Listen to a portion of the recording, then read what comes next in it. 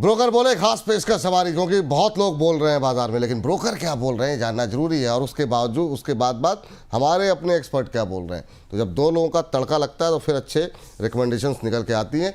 हर्ष, बताइए आज की पहली कंपनी कौन सी है? पहली कंपनी रिटेल निवेशकों की काफ़ी पसंदीदा स्टॉक है, साउथ इंडियन बैंक की हम लोग बात कर लेते हैं। यहाँ पर आईसीआईसीआई सिक्योरिटीज़ की यहाँ पर रिपोर्ट आई है, खरीदारी की सलाह दी है, 37 रुपीज़ का टारगेट दिया, यानी कि मौजूदा भाव से करीब 28% का अपसाइड इनको यहाँ पर दिख रहा है। क्यों दिख रहा है? सबसे पहले तो उन्होंने कहा कि Q4 के जो नतीजे हैं वो उम्मीद से बेहतर रहे।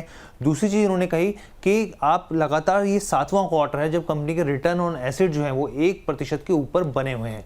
दूसरी चीज़ उन्होंने कहा कि जो नेट इंटरेस्ट इनकम है उसमें थोड़ा सा दबाव ज़रूर देखने को मिल रहा है, लेकिन अगर आप स्लीपेज के मोर्चे पर आप देखें तो वहाँ स्थिति एकदम सुधार देखने को साफ तौर पे मिल रहा है। इसके अलावा 2-3 चीज़ें और उन्होंने बोली। यहाँ पे उन्होंने बोला कि जो बैंक की जो अन्य आय है उसमें मजबूती देखने को मिल रही है।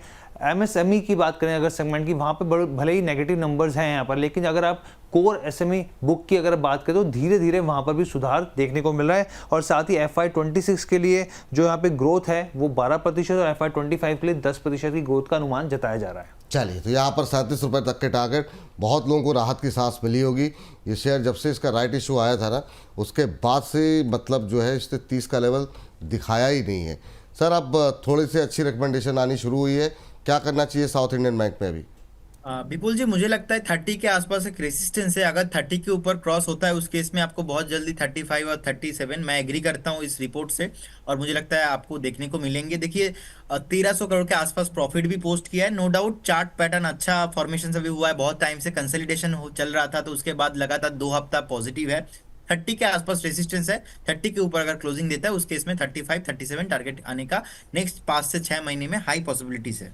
चलिए, 30 के ऊपर का लेवल ध्यान रखिए, एक बार 30 तोड़ेगा फिर इसका कुछ भला होगा। 35 से 37 तक के टारगेट। चलिए दूसरी कंपनी में बात करते हैं। हर्ष, बताइए जी। दूसरी कंपनी है भी रिटेल निवेशकों की काफ़ी पसंदीदा कंपनी है, भारत इलेक्ट्रॉनिक्स। तो नतीजा है उसके बाद ब्रोकर ने अपनी रिपोर्ट शेयर की है, JP मॉर्गन की रिपोर्ट है। ओवरवेट की सलाह दी और 445 रुपये का स्टॉक का टारगेट दिया, और अभी भी स्टॉक में एक बम्पर तेजी देखने को मिल रही है। अब इन्होंने क्या कहा है, देखिए इन्होंने साफ तौर पर ये कहा है कि सबसे पहले अगर बात करें तो मीडियम टर्म जो ग्रोथ आउटलुक है वो बहुत मजबूत दिख रहा है इनको, अगर मीडियम टर्म की बात करें। दूसरी चीज़ इन्होंने कही कि अभी जो भारत और पाकिस्तान के बीच में तनाव था, कंपनी के जरिए जो भी इक्विपमेंट्स, जो भी वेपन्स के जरिए जो इस्तेमाल होने वाले पुर्जे बनाए गए, उसका शानदार इस्तेमाल देखने को मिला। हम सब जानते हैं आकाश मिसाइल में भी यहाँ पर भारत इलेक्ट्रॉनिक्स का योगदान है। तो जो तमाम तरह का जो कॉन्ट्रीब्यूशन रहा है यहाँ पर, तो उसमें भारत पाकिस्तान में जो कंपनी की तरफ से जो वेपन्स या और तमाम तरह की जो चीज़ें देखने को मिली, उसमें एक मजबूती देखने को मिली है। इसके अलावा गाइडेंस की अगर बात करें, चाहे वो रेवेन्यू की बात हो या ऑर्डर इनफ्लो की बात हो, वो आने वाले दिनों में और मजबूत देखने को मिलेगा।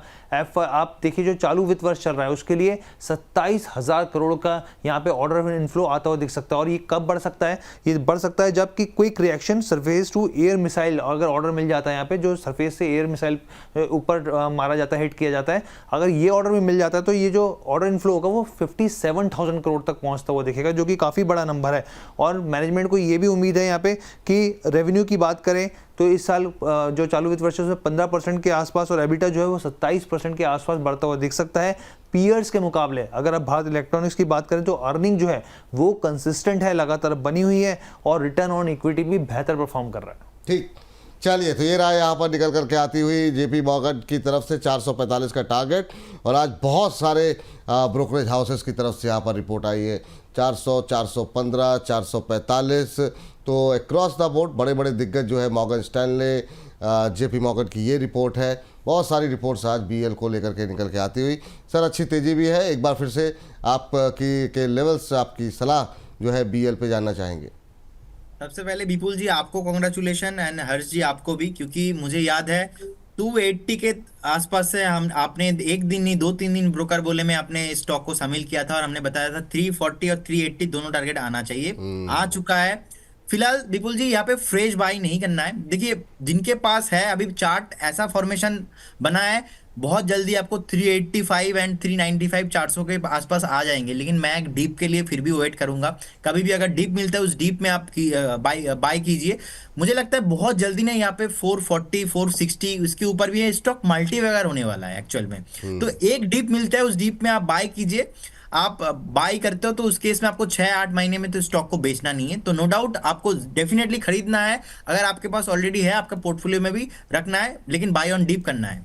बाय ऑन डिप करना है, अभी नहीं खरीदना है, ये सलाह रहेगी। और अच्छी रैली आ भी चुकी है और वाकई में इसको कब से जो है हम लोग बातचीत कर रहे हैं हर्ष, और वाकई में हम लोग के देखते देखते काफ़ी शानदार मूवी यहाँ पर रहा है। हमारे एक दर्शक हैं रितेश यूट्यूब जी कह रहे हैं कि एस्टर डीएम का अर्निंग रिलीज आया है, उस पर भी डिस्कस कर लीजिए। सब कुछ इसी में थोड़ी डिस्कस कर लेंगे सर, कुछ चीज़ें 1 बजे के लिए बचा के रखी हुई हैं, 1 बजे भी जुड़िएगा, वहाँ पर डिस्कस कर लेंगे। अभी ब्रोकर बोले के शेयर देख लेते हैं। हर्ष इतने अच्छे अच्छे शेयर बता रहे हैं। हर्ष अगली कंपनी बताइए जी। अगली कंपनी हिंडाल्को है और हिंडाल्को के ऊपर इन्वेस्टेक की रिपोर्ट आई है, होल्ड की सलाह दी है और 730 रुपये का टारगेट दिया। और जबकि ये जो टारगेट है अभी भी जो मौजूदा भाव है इससे करीब 34% के आसपास ऊपर बढ़ोतरी दिखा रहे हैं। हालांकि कुछ रिपोर्ट्स ये भी आई हैं जो करीब करीब यहाँ पे 800 के आसपास के टारगेट देती हैं। तो यहाँ पर इन्वेस्टेक की अगर रिपोर्ट की हम लोग बात करें यहाँ पर, तो उनका कहना है कि क्या रीज़न है जो इन्होंने थोड़ा सा इसको डाउनग्रेड किया और होल्ड की सलाह दी यहाँ पे।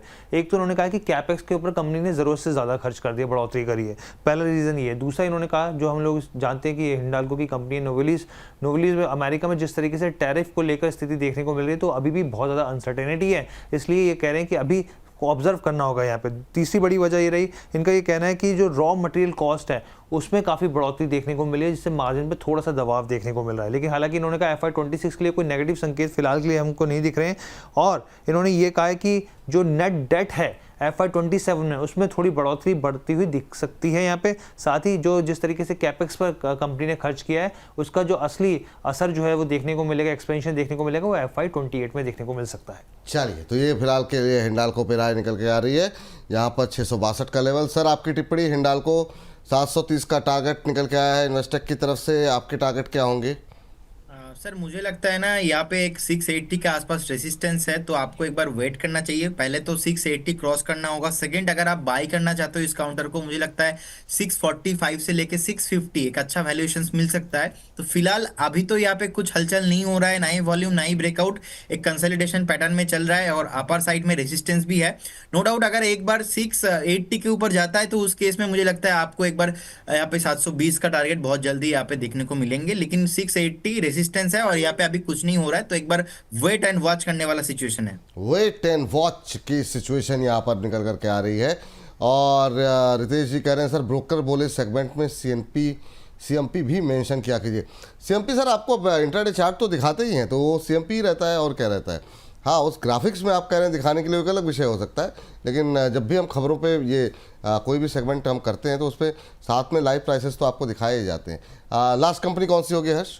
लास्ट कंपनी है फार्मा की, ग्रैंड फार्मा की हम लोग बात कर लेते हैं। यहाँ पे न्यूमरा की रिपोर्ट आई है, न्यूट्रल की इन्होंने सलाह दी है और 1570 रुपये का यहाँ पे टारगेट दिया है। अब इनका कहना क्या है, इनका साफ तौर पे कहना है कि देखिए सेल्स के जो नंबर्स आए वो उम्मीद के मुताबिक रहे, लेकिन अगर आप एबिटा की बात करें या प्रॉफिट आफ्टर टैक्स की बात करें, ये उम्मीद पर खड़े नहीं उतरे, बल्कि जो एक्सपेक्टेशन थी स्ट्रीट की उससे नीचे ही जाते हुए दिखे हैं। इसके पीछे की वजह जो है कंपनी की तरफ से जो एम्प्लॉयज़ के ऊपर काफ़ी खर्च करते हुए जो दिखे यहाँ पे, यानी कि एम्प्लॉय एक्सपेंसेस जो है वो काफ़ी हायर रहे हैं, जिसका असर यहाँ पर देखने को मिला है।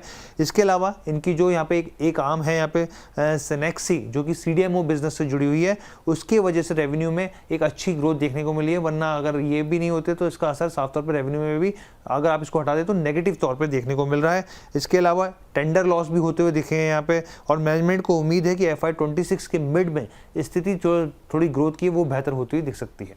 इतनी मेहनत करके रिपोर्ट बनाई है न्यूमरा ने और 19 रुपये ऊपर का टारगेट देने के लिए, तो थोड़ा सा मतलब बचना चाहिए इतनी मेहनत करने से। सर आपकी राय क्या रहेगी यहाँ पर? ग्लैंड फार्मा अभी 1552-53 पे चल रहा है, 51 पे 3.5% ऊपर, 1570 का टारगेट न्यूमरा दे रहा है। आप कुछ टिप्पणी करना चाहेंगे इस पर?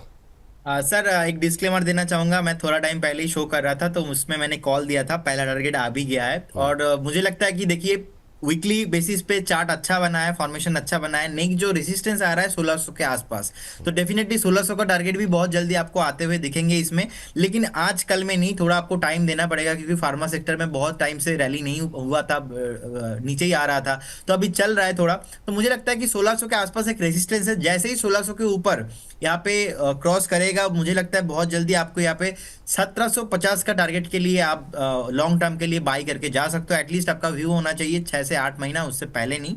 तो सर ये कॉल हमने थोड़ा टाइम पहले दिया था, उसका पहला टारगेट आज ऑलमोस्ट 1571 के आसपास अभी हिट हो चुका है। तो फिलहाल आज के लिए यहाँ पे अपॉर्चुनिटी नहीं है, लेकिन यहाँ पे मैं 6 से 8 महीने के लिए पॉजिटिव हूँ।